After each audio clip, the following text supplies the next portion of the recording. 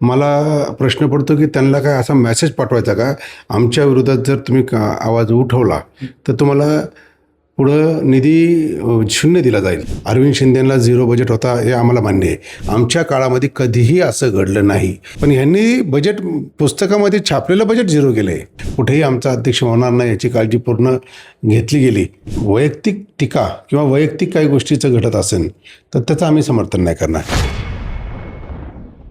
पुणे महानगरपालिकेत सध्या letter war रंगलेला पाहायला मिळतोय. राष्ट्रवादी अजित पवार गटाचे नगरसेवक अमोल बालवडकर आणि सुहास टिंगरे यांचा निधी कापल्यानंतर खरं तर आता राष्ट्रवादीचे शहराध्यक्ष सुनील टिंगरे यांनी देखील मुख्यमंत्र्यांना पत्र लिहिलेले. माझ्यासोबत स्वतः सुनील टिंगरे. 2 दिवसापूर्वी एक प्रकरण घडलं. सुहास टिंगरे असतील किंवा अमोल बालवडकर असतील यांचा निधी कापण्यात आला होता. त्यानंतर गणेश बिडकर यांनी सुनेत्रा पवारांना पत्र लिहिलं. अगदी काल 2 दिवसांपूर्वी तुम्ही देखील मुख्यमंत्र्यांना पत्र लिहिले. काय पत्रात नेमकं नमूद केलंय? नाही, तुम्ही सर्वांनी पाहिलं असेल की गेले पुणे महानगरपालिकेच्या इतिहासामध्ये अशा प्रकारची घटना ही पहिल्यांदाच घडली. एखाद्या व्यक्तीने कोणाबद्दलची माहिती मागवली किंवा कोणाबद्दलचा एखादा ठराव टाकला आणि त्याला सूचकांमध्ये म्हणून झाले तर त्याला निधीच कापायचा हा म्हणजे लोकशाहीला धरून हे जे काम नाही आहे. कारण आपल्याला लोकशाहीमध्ये या ठिकाणी तो व्यक्ती स्वतंत्र आहे. त्याच्यामध्ये आपण लोकांबद्दलची माहिती मागू शकतो, त्यांच्या विषयांचा आवाज उठवू शकतो, पण त्याला लोकशाहीने उत्तर दिलं पाहिजे. तुम्ही अशा पद्धतीने एखाद्याचा निधी शून्य करून मला प्रश्न पडतो की त्यांना काय असा मेसेज पाठवायचा का, आमच्या विरोधात जर तुम्ही आवाज उठवला तर तुम्हाला पुढं निधी शून्य दिला जाईल. म्हणजे बाकीच्यांनी कोणी बोलूच नाही, त्याचा असं काय त्यांचा पायंड्या करायचा प्रयत्न आहे का काय मला माहीत नाही. नाही, मात्र गणेश बिडकरांनी अगदी 2 दिवसांपूर्वी प्रेस घेतली. तर प्रेसमध्ये त्यांच्याकडून सांगण्यात आलं की झिरो निधीचा जो पायंडा आहे तो राष्ट्रवादीने पाडलेला आहे. अगदी काही वर्षांपूर्वीची गोष्ट त्यांनी सांगितली की अरविंद शिंदे यांना राष्ट्रवादीकडून झिरो निधी देण्यात आला होता. म्हणजे तोच पायंडा तुम्ही पाडला असा त्यांचा आरोप आहे. एक लक्षात ठेवा, सपोज तुम्ही म्हणता आज अमोल बालवडकरला पण तुम्ही बजेटमध्ये झिरो ठेवला होता, अरविंद शिंदेला झिरो बजेट होता हे आम्हाला मान्य आहे. ती झालेली चूक होती, ती तुम्हाला माहिती असेल की त्या आम्ही दुरुस्त करून त्यावेळेस अरविंद शिंदेला सुद्धा नंतर बजेट दिलं. परंतु दिलेला निधी शून्य केला असं आम्ही नाही केलं. गणेश बिडकर तुमची दिशाभूल करतात. त्यात 2 वेगळे भाग आहेत, लक्षात ठेवा. बजेटमध्ये शून्य होणे पुस्तकामध्ये आणि दिलेला निधी शून्य करणं या 2 वेगळे प्रकार आहेत. त्यामुळे ते तुमची दिशाभूल करतात. आमच्या काळामध्ये कधीही असं घडलं नाही. आम्ही दिलेला निधी कधीही शून्य केला नाही. म्हणजे अमोल बालवडकरांनी जसा आरोप केला होता की फेरविचाराचा प्रस्ताव मांडून बजेट झिरो करण्यात आलं, तोच आरोप तुम्ही देखील करताय. 100% तसं आहे ना.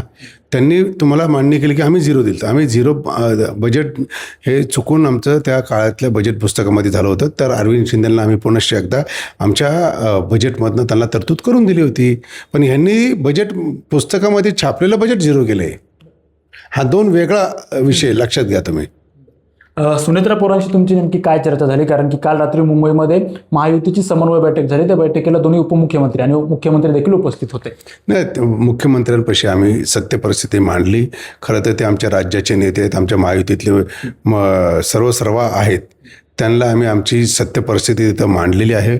त्यांनी याच्यामध्ये लक्ष देऊन त्या ठिकाणी परत एकदा म्हणजे नागरिकांना कुठेही वेठीस धरणार नाही अशा पद्धतीने आणि ह्या वैयक्तिक जे वाद आहे त्याचा कुठेही महायुतीवरती परिणाम होणार नाही अशा पद्धतीने निर्णय घेणार असं त्यांनी सांगितलं.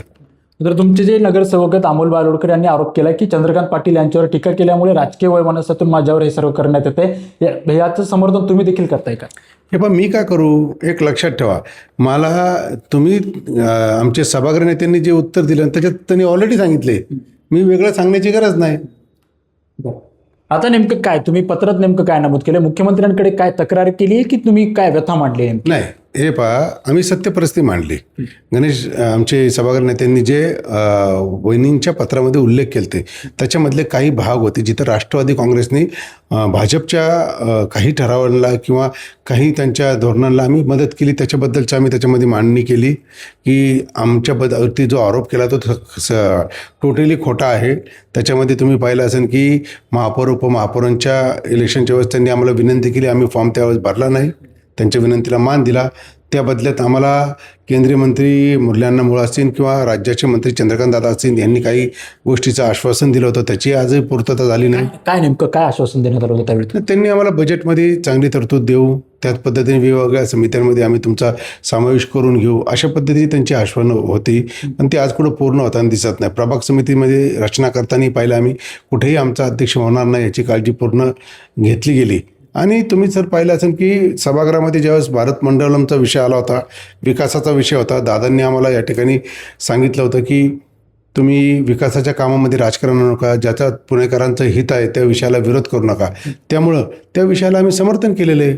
त्या एक दृष्टीने जो त्यांनी विषय आणला त्याला आम्ही समर्थन देऊन पुण्याच्या विकासामध्ये भरच टाकली. नाही, मात्र तुम्ही आत्ता बोलताना म्हणालात की राजकीय वैमनस्यातून हा सर्व प्रकार घडलेला आहे. मात्र एकीकडे तुमचे नगरसेवक म्हणतात की राजकीय वैमनस्यातूनच हे सर्व घडलेलं आहे. दुमत पाहायला मिळते का राष्ट्रवादीच्या पदाधिकाऱ्यांमध्येच? नाही, हे पहा, त्यांचं वैयक्तिक तिथं राजकीय वैमनस्य आहे, पक्षाचं नाही आहे. पक्षामध्ये 2 पक्ष राज्यात आणि केंद्रात आम्ही युतीत आहोत. पण इथं आम्ही विरोधी पक्षाची भूमिका ज्यावेळेस आम्हाला मॅन्डेट विरोधी पक्षात देतात ते आम्ही मांडतोय. आणि त्यांचा वैयक्तिक राजकीय विरोध असेल, काही गोष्टी असेल, तुम्हाला जुन्या गोष्टी तुम्हाला माहिती आहेत, त्याच्यातनं काही ते घडलं असेल, पण त्याच्यात पक्षांचं राजकीय विरोध नाही आहे. काल तुम्ही एक विधान केलं की अमोल बालोडकरांच्या वक्तव्याचं मी समर्थन करत नाही, वेळ आली की त्यांची कानउघडणी केली जाणार. नेमकी सुनेत्रा पवारांकडे त्यांची तक्रार गेली का, किंवा सुनेत्रा पवार त्यांच्याशी चर्चा करणार आहेत का या संदर्भामध्ये, किंवा मोठे पदाधिकारी असतील, प्रदेशाध्यक्ष असतील? हे पहा, आपण ज्यावेळेस पुणे शहराचं ह्या ठिकाणी आज विकासाच्या कामांमध्ये आपण काम करत असताना वैयक्तिक टीका किंवा वैयक्तिक काही गोष्टीचं घडत असेल तर त्याचं आम्ही समर्थन नाही करणार. त्याबद्दल त्यांची आम्ही तिथं त्याचा परिणाम कुठंतरी पक्षावरती होऊ नये याची काळजी घेण्यासाठी जर ते चुकत असतील तर निश्चितपणे त्यांची कानउघडणी आम्ही करू. सभागृह नेते गणेश बिडकर यांनी सभागृहात बोलताना आमच्याकडे बहुमत आहे, त्याचा आम्हाला वापर करायला लावू नका, असा एक प्रकारे धमकी वजा इशाराच राष्ट्रवादीला दिला. नेमकं काय वाटतं याबद्दल? कारण की तुम्ही आता सध्या राज्यामध्ये सत्तेत आहात, महानगरपालिकेमध्ये विरोधात आहात. हे पहा, त्यांनी तशी धमकी तुम्ही म्हणता त्या पद्धतीने दिली असेल तर पुणेकर सुज्ञ आहेत, त्याचा परिणाम त्यांना भोगावा लागतील.